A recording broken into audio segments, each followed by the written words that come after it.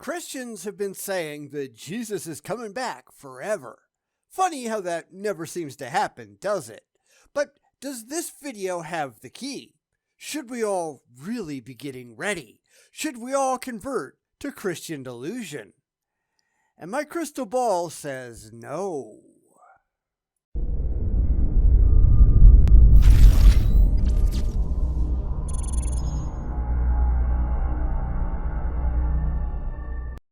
So today we're going to go and take a look at a video on the Vanessa Dawn Rogers channel, but I'm reasonably sure that she didn't come up with it. It looks like a repost of something from Facebook, but that's fine. We can look at stupidity from anywhere. This is supposedly proof that we are in the end times and Jesus is coming back anytime, just you wait and see. Yeah, how many times have we heard that one before? So let's get to it. Why would God take 6 days to create the world when he could have just created it in 1 second, in a blink of an eye? I mean, that is a perfectly valid question, isn't it? This is what happens when you have ancient, ignorant goat herders making up imaginary father figures in the sky. Better educated people come along down the road and they start to ask some interesting questions that the religious have never considered. You'd think that if any of this was true, then it could withstand all of these very honest, very valid inquiries without looking like a bunch of dumb people scrambling for excuses. But hey, maybe I'm just being too harsh. I'd say let's give him a chance. But he didn't. He took 6 days. Why? Bartels started to study the word day and days in the Bible and found some very interesting passages that related to this. Please don't try to play word games because you are not going to be successful. The word used in Genesis is yom, which in both modern and biblical Hebrew means day.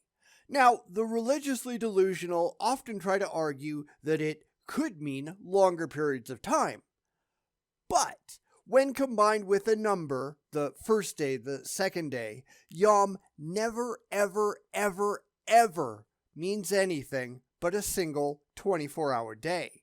This is what happens when people realize down the road that the stories in the Bible don't actually make any sense, and they just uproot the goalposts and go looking for more comforting ground. It is not going to get them anywhere. He concluded that perhaps God was indicating to us how much time man would have on this earth. And what ass did you yank that one out of? Now, I'm going to let him get on with it in a second, but we see this kind of thing all the time. Well, maybe it means this. Yeah, well, maybe pigs will come flying out of your backside. Maybe means nothing. You have to back it up, and everything that the religious do is based on their feelings and faith, never on evidence or demonstrable fact. It's why we don't let them play the, well, what if game. Come on back when you can demonstrate what is. We don't care about what if. We'll wait. God must punish sin, you know, and he's going to avenge his word. Uh-oh. Here we go. Typical Bible banger. Time to start using the scare tactics. Yeah, look out, everybody. The hell speech is coming. At least he's acknowledging that it doesn't get them anywhere, which I suppose is a good thing. None of this ever works as the religious wish that it would. And that doesn't stop them from trying, of course. Well, God is going to send you to hell. Yeah, how many times have you heard that one? Well, we don't actually believe hell is real, so who cares? It's like trying to threaten a Christian with Naraka or Tartarus or Irhala. It doesn't matter. How seriously would you expect them to take that? Well, you're going to go to Mictlan. That's the hell taught by the Aztecs. It's run by a blood-spattered skeleton wearing a necklace made of human eyeballs. Is that scary? No, not remotely. Threats of hell are just laughable. Look, I told you, I didn't come down here to debate this. That's right, because there's nothing to debate here. This is stupid. You know, it was right around here that I started to wonder if this was actually an atheist making fun of the religious. I mean, it wouldn't be the first time and suppose, sadly, are virtually impossible to separate from legitimate believers. How do you tell the difference between somebody with an imaginary friend and somebody playing along for a joke? So I had to actually go and look, and no, I think they're serious. The comments are full of the religiously insane. So we're just going to keep going. It doesn't really matter which is true at this point. Who knows where this is going to end up? Wait a minute. What basis did Bartel give that made him think this? Come on. Bartel makes the point that the Bible, especially in the Old Testament, is full of foreshadowing. Not demonstrably it isn't.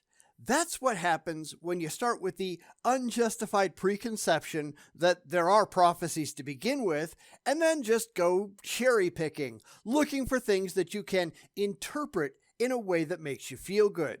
This is why studying Christianity, for instance, as a Christian, often gets you nowhere. You can't just assume that your beliefs are true without having some independent, justifiable, verifiable way to back it up beyond your faith. And that's why all of these religious videos just fall apart immediately. They're only making them for dumb people who automatically believe what they're told because, fifis. And that's just dumb. An event actually happens in history that also pictures something coming in the future. An example of this would be when Abraham sacrificed his son Isaac. That event actually happened, but it was also a picture of what God would do with his son Jesus on the cross as an offering for the sins of the world. Yeah, not so much. Talk about reading into things unjustifiably. First off, there's no reason to think that Abraham actually tried to kill Isaac. Just because your book says a thing, that doesn't mean that thing happened. Even if it did, though, that doesn't mean it was referring to something in the future. That's just an assertion not backed up by anything, nor supported by any evidence. They just want to believe that it's true. But wanting to believe is irrelevant. You need actual proof. Got any? Now, why would God take 6 days to create the world? Who says God did? Who says God is real? That's the question they can't intellectually answer. The evidence certainly doesn't support any of that. In fact, according to the facts that we actually have at hand, the creation story is absolutely impossible. And that's why creationists have been trying to make up excuses for thousands of years because their book doesn't fit the objective data. It just doesn't happen the way that you wish that it did. No, we're not going to just let that go. Your fifis don't mean a damn thing. It's an interesting question. Is this a picture of something that we need to know? Bartel thinks it is. In 2 Peter 3:8, and the context is referring to the second coming of Christ, the Bible says that 1 day with the Lord is as 1,000 years, and 1,000 years as 1 day. It doesn't matter what it says in your book. You have to come up with some corroboratory evidence to support it, and, good luck on that. This, once again, is just reading into things, and it's not going to work out as well as this doofus thinks that it will. But I'm going to let him dig his hole just a little bit deeper. It's the anticipation that makes it so much fun. In Psalms 90, it says that 1,000 years in God's sight are as but yesterday. So, could this be that the 6 days of creation were to indicate to us the time that man would have on this earth would be about 6,000 years? That's kind of what I figured he'd get to, and this is where he's going to fail, one of many, many, many, many places. Because the earth isn't 6,000 years old. Only a moron would think that. It's actually 4.54 billion years old in a universe that is 13.7 billion years old, round figures. It doesn't matter what you believe. That's the reality. So if Jesus is coming back 6,000 years after the creation, I think he's running a tad bit late. Even if we limit this to just the age of humans, anatomically human creatures have been running around for about 300,000 years, and if you only want to limit that to modern humans, then you're still at about 50 to 65,000 years. So this is just nonsense. I trust nobody is surprised. With the seventh day of rest picturing the 1,000-year millennial reign when Christ comes back to set up his earthly kingdom, a time of righteousness and peace. Bartel documents in his report how Bible scholars have calculated from the first man Adam to the first coming of Jesus Christ to be about 4,000 years. Except there was no Adam. That's just a myth. Hell, there's no reason to think that Jesus ever existed, at least not as described in the Bible. This is just more "my book says a thing" nonsense, and that's what all of this comes down to. This isn't proof that Jesus is coming back any minute. This is just another demonstration of confirmation bias. But I really want it to be true. Yeah, but that doesn't make any of it true. If that's the case, then we could be living right at the end of what the New Testament calls the last days. And there's that if that we've all been expecting. If does not mean because. Here we have a claim. How do you justify whether or not that claim is actually true? Well, if you're normal, you look at evidence entirely separate from the claim itself. The evidence just doesn't fit the claim. Thus, the claim is false and debunked. It just doesn't mean anything. Stop believing stupid stuff. Oh, I'm scared now. Turn or burn, right? You sure this Bartel guy wasn't smoking something when he wrote this? Probably not. I mean, drugs don't make you stupid and gullible. You kind of start out that way on your own. Because where this guy is going wrong is by assuming that Bartel is correct, and they're both going wrong by assuming that the Bible is correct. This is where you have to step away and examine the Bible entirely separate from your beliefs about it. You have to prove that it's actually right, independent of your faith. And good luck on that, because you're going to need it. Look, I just came down here to give you a message from Scott. I told you I should have never brought this up. Bartel's theory is unprovable. I'm sorry for your inconvenience. Have a good night. If only it was that easy. If only the apologists would just give up when they got backed into a corner. Life would be a hell of a lot easier, wouldn't it?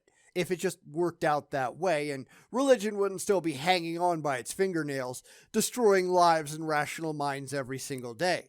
Something tells me that this won't be the end of it, since we're only just a little bit more than halfway through the video.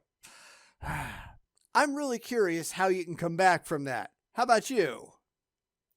Wait, I thought you said Bartel had specific passages to back up his theory. Sorry, lady, the sermon's over. Hold on. I used to attend these philosophy club meetings when I was on this campus many years ago. And why are you here again? Aren't you a little bit old for this?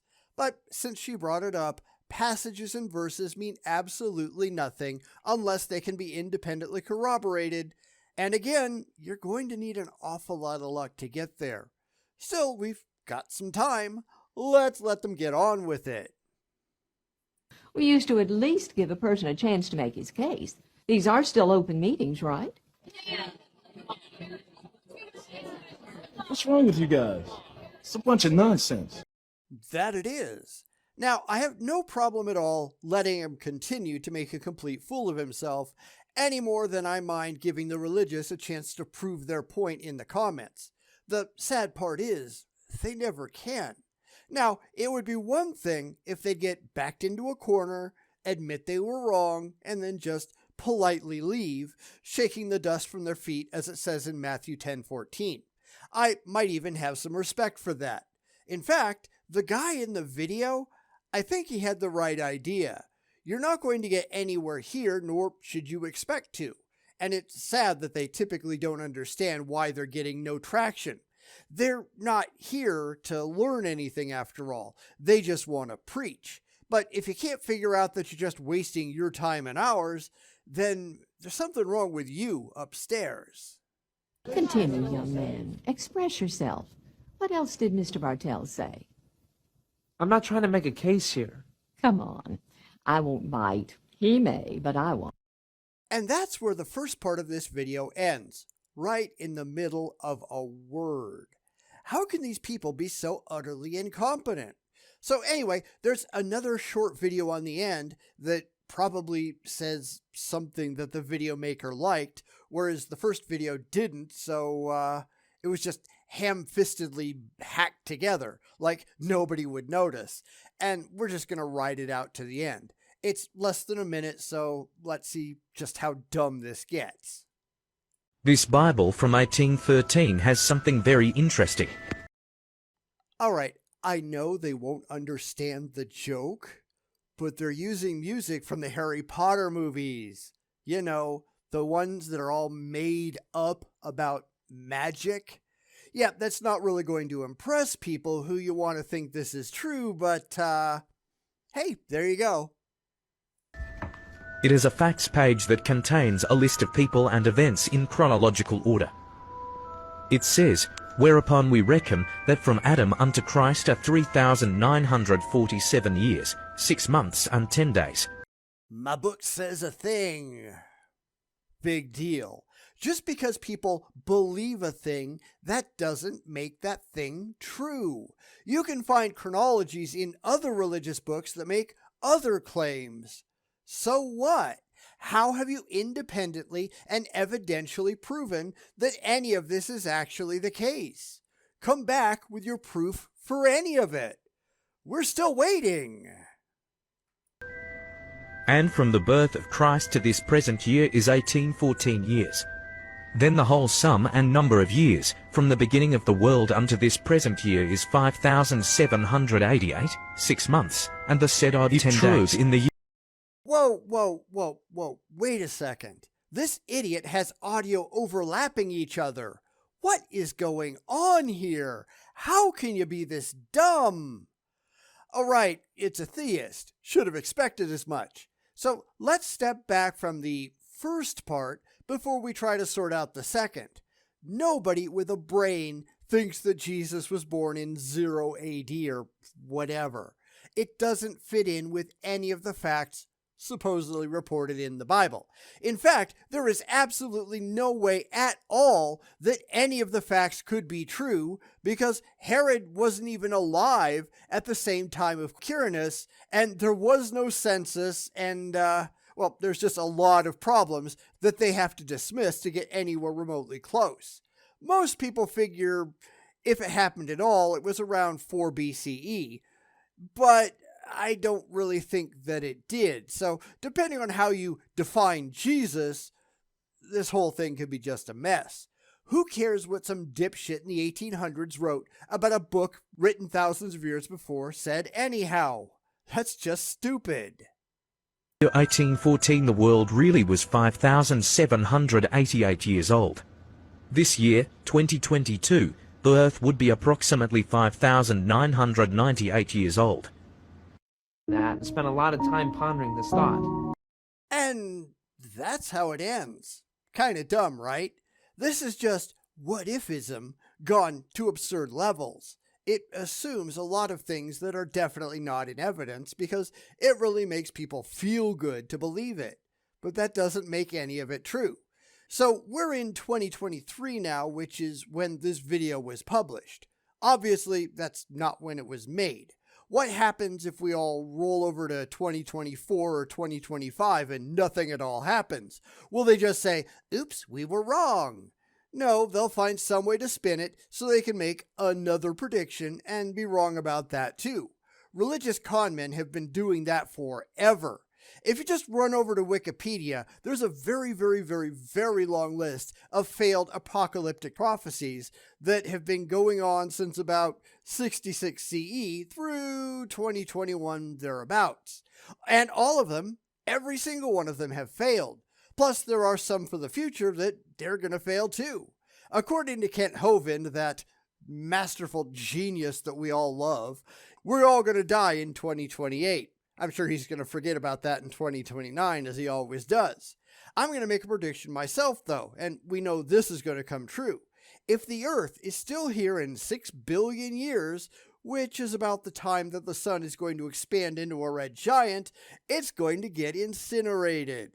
Now, we're going to be long gone well before that. Nobody's going to miss us. probably. Nobody will even know that we were here. Who cares? Big deal. It doesn't really matter. At least mine has science on its side, whereas the religious just have faith and fee-fees and other stupid crap.